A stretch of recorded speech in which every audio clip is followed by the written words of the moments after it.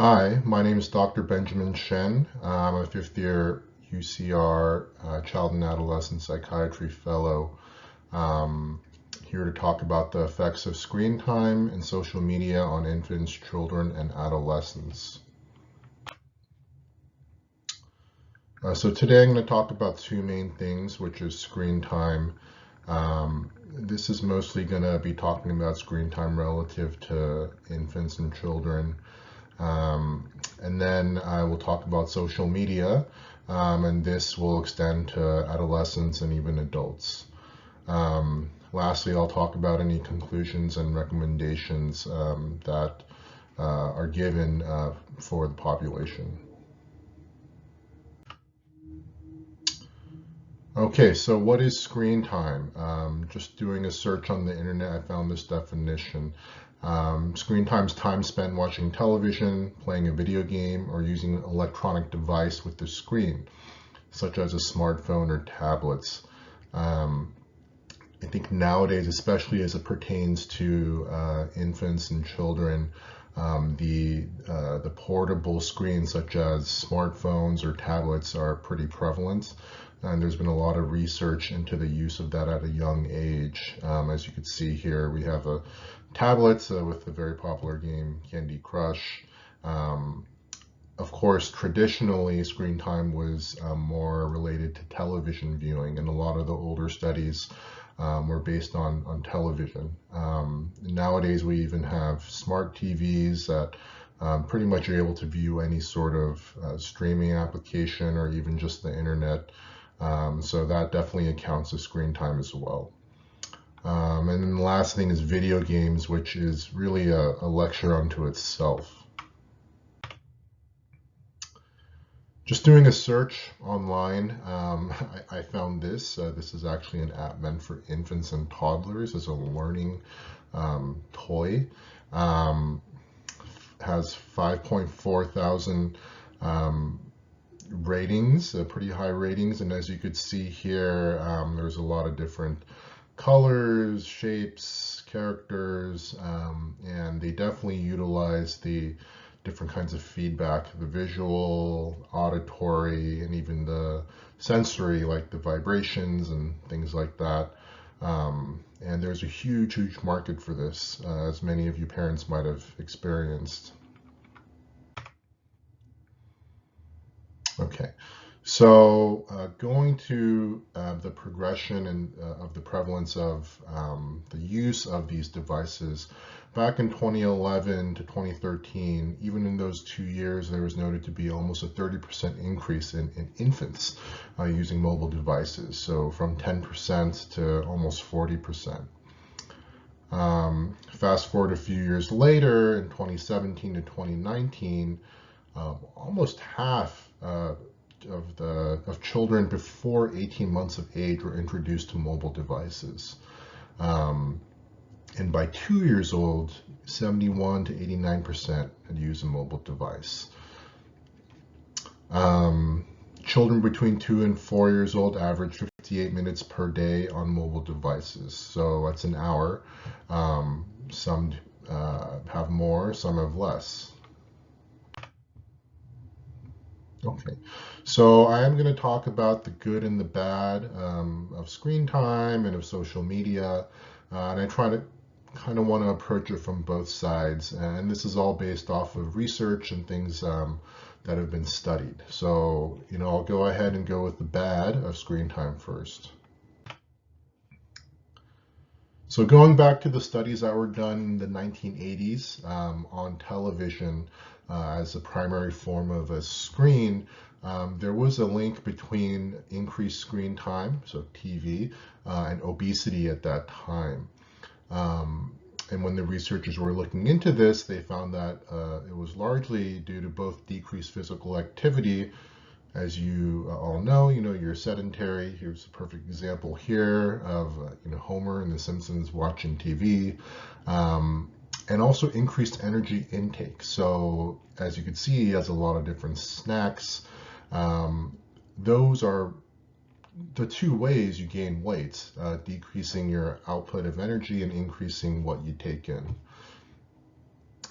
Additionally, it was found that reducing screen time did actually decrease weight. So conversely, if you took it away, that helped with losing weight.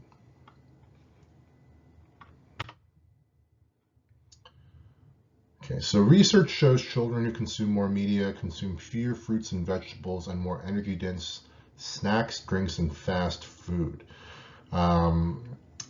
As you could probably imagine, if you're engaged in watching a show, playing a video game, you're probably going to want to snack on something that is satisfying and that kind of scratches that itch or that craving. Additionally, especially amongst younger kids or maybe adolescents playing a lot of video games, energy drinks, there's a huge market for that since the caffeine could help you stay up and play more games. Okay, so obesity was the first thing. The second thing is poor sleep. So there's a linkage between increased screen time and poor sleep in many studies. More than 90% of the studies demonstrate an association between screen time and adverse sleep. And then, of course, why is that important? Well, it's important because poor sleep is linked to a bunch of issues.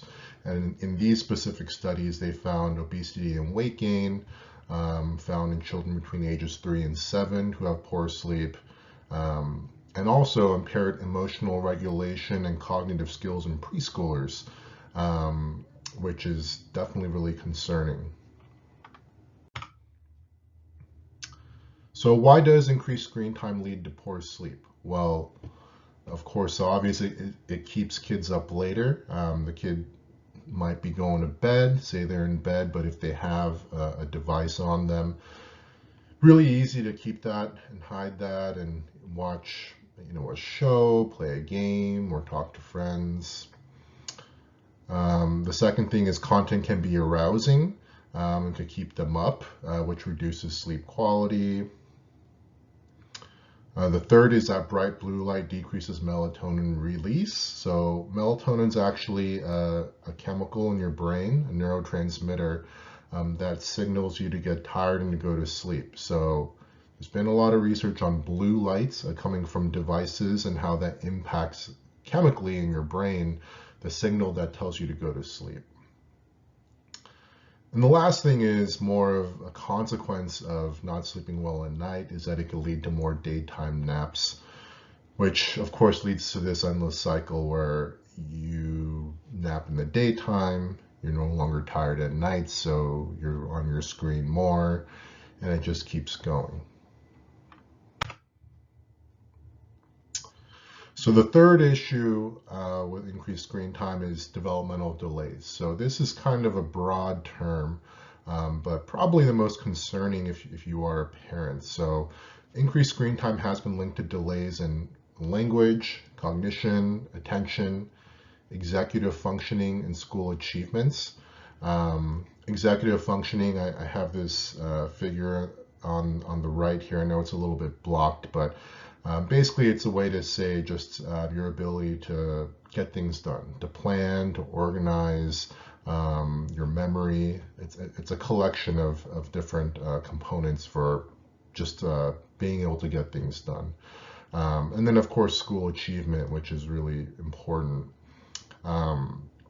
So studies show that when children less than 3 were exposed to TV and videos, they found delays in many of these domains. Okay, so a few other studies with regards to developmental delays. There was a big study in a journal called JAMA, which is a highly regarded medical journal, which found an association between screen viewing and autism spectrum disorder-like symptoms. So I just want to be clear, they didn't find a link to fully developing autism spectrum disorder with increased screen viewing, but symptoms related to autism. Conversely, they found that daily parent-child play was associated with fewer autism-like symptoms. And then the second bullet point here I have is that there was another study showing that longer exposure to digital devices was related to lower gesturing skills and language skills. And that's actually a symptom of autism. So there is a connection there with a lack of communication skills and just stunted growth with regards to language and communication that was seen in the studies. So why does increased screen time delay these milestones? So the theory is that if your child is with the screen or a device and occupied by themselves, yes, they might be consuming the content on the screen, but number one, it replaces enriching activities with caregivers.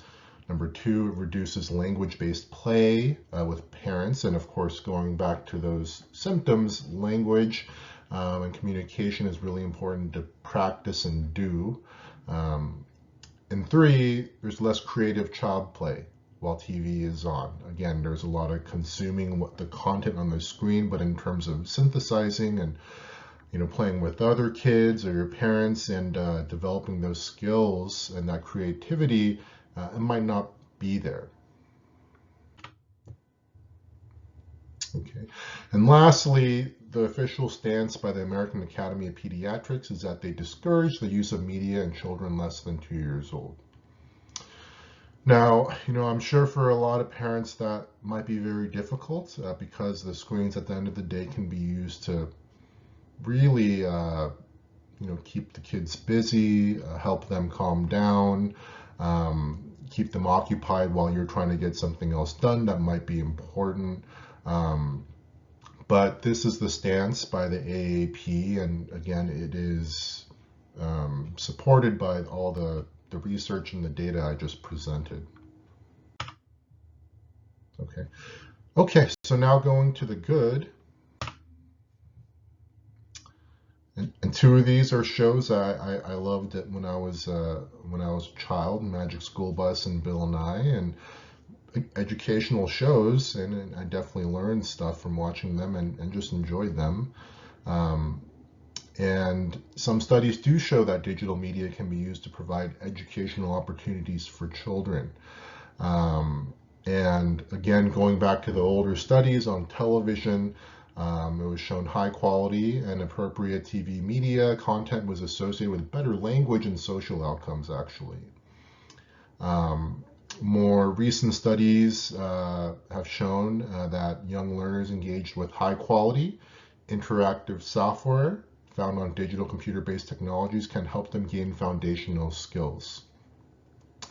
And I'm sorry, the bottom here is a little blocked, but parents can scaffold, quote unquote, while using devices to help kids learn, which is essentially interacting with the program, with the kid while they are playing the game. That might be an educational game, and actually reinforcing certain behaviors and information.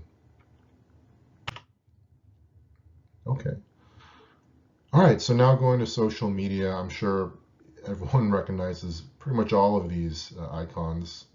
Okay.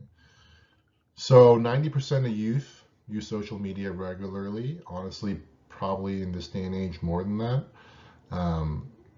Regular social media use has been linked to multiple issues. Okay. So the bad. So again, poor sleep, related to the use of just devices in general and screens. But increased internet use was associated with shorter sleep duration, later bedtimes, later rise times, and increased daytime tiredness. So interestingly enough, what they associated this to were incoming alerts that might distract people in the middle of the nights or late at nights. Number two, the pressure to be available at all times due to the fear of missing out or FOMO. Maybe it's being part of a group chat and someone's going to post something. Maybe it is, your child having a significant other, or maybe dating and waiting for that text or the call to come from that person. Maybe they had posted something and they're waiting to get some responses. So all of that leads to daily 24/7 pressure to be available. And number three is a decrease in physical activity, which leads to poor sleep, and we know that. Number two, in addition to poor sleep, there's also decreased self-esteem and increased depression and anxiety, shown with increased social media use. And this has been reported in many, many studies.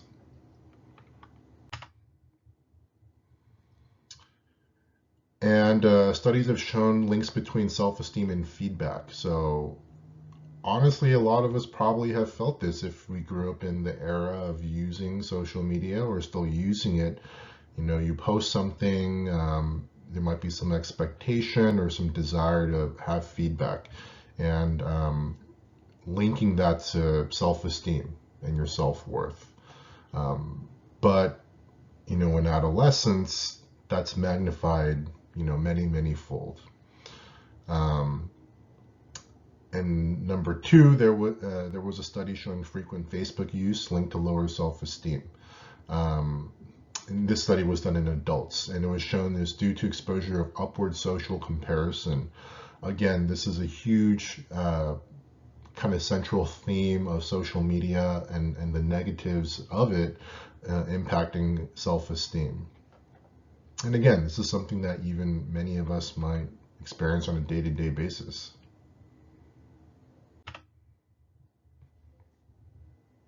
Okay, so in terms of the pressures to be on social media, I know the bottom right's a little obscured, but we'll start with the top here. Engagement with the social media. This leads to increased expectations to maintain a presence, expectations for certain feedback.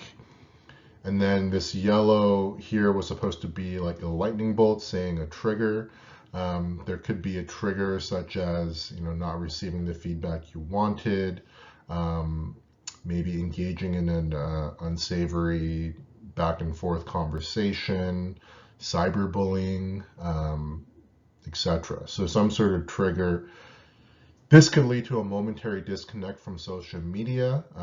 Maybe you just disconnecting and, you know, going radio silence, which ultimately for some could lead to anxiety and depression, and just being so used to having that social media presence and not having that anymore can lead to one feeling empty, and then going back to the cycle of engaging again. So this really kind of shows the pressures of being on social media and the cycle that one could fall into, and especially for adolescents and the younger people, it can be very tough to get out of this cycle.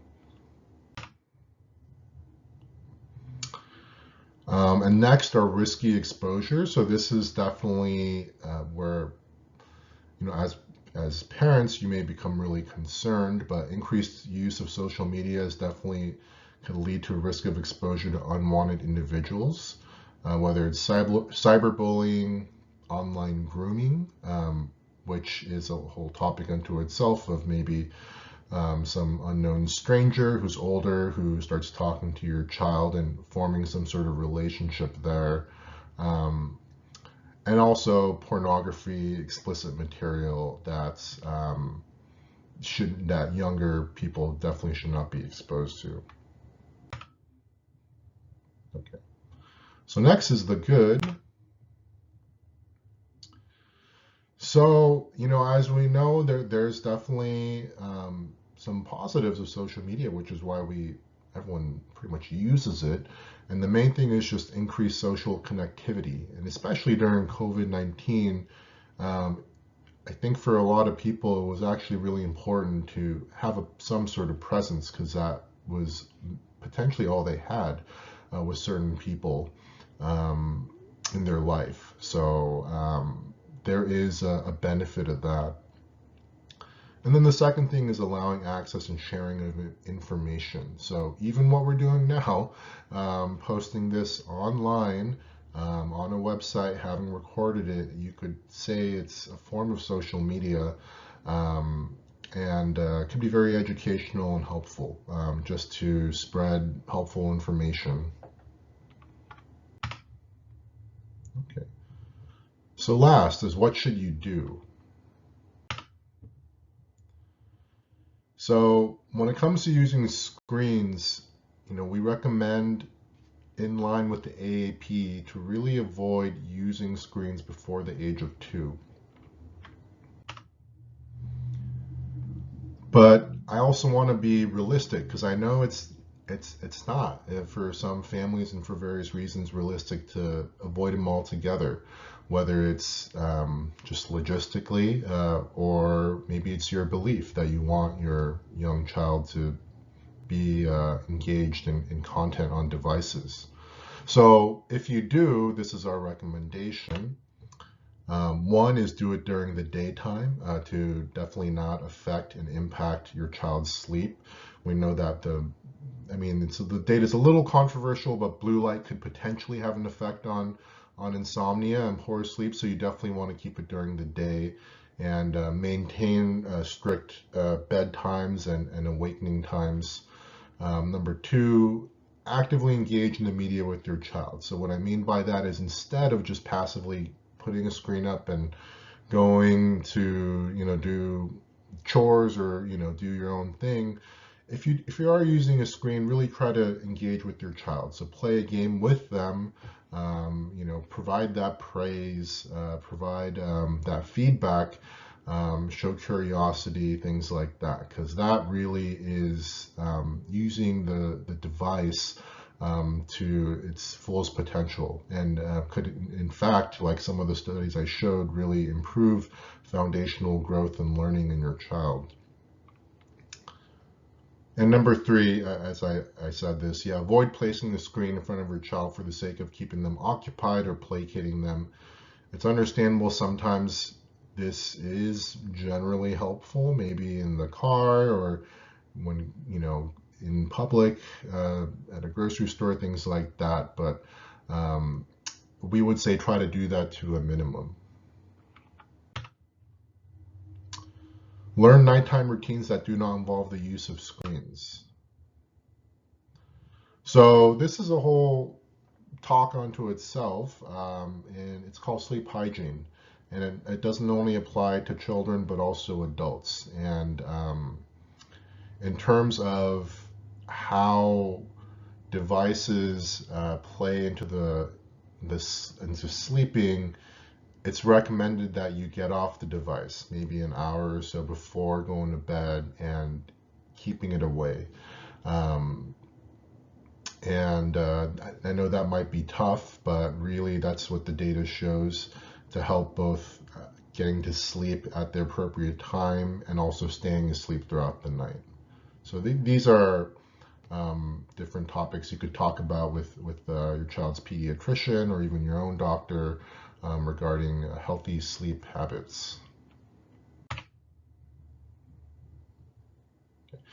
Last is, be aware of dangers of social media, but also the beneficial uses of social media. So parents are to actively manage personal devices of their children, and also shared devices in the home.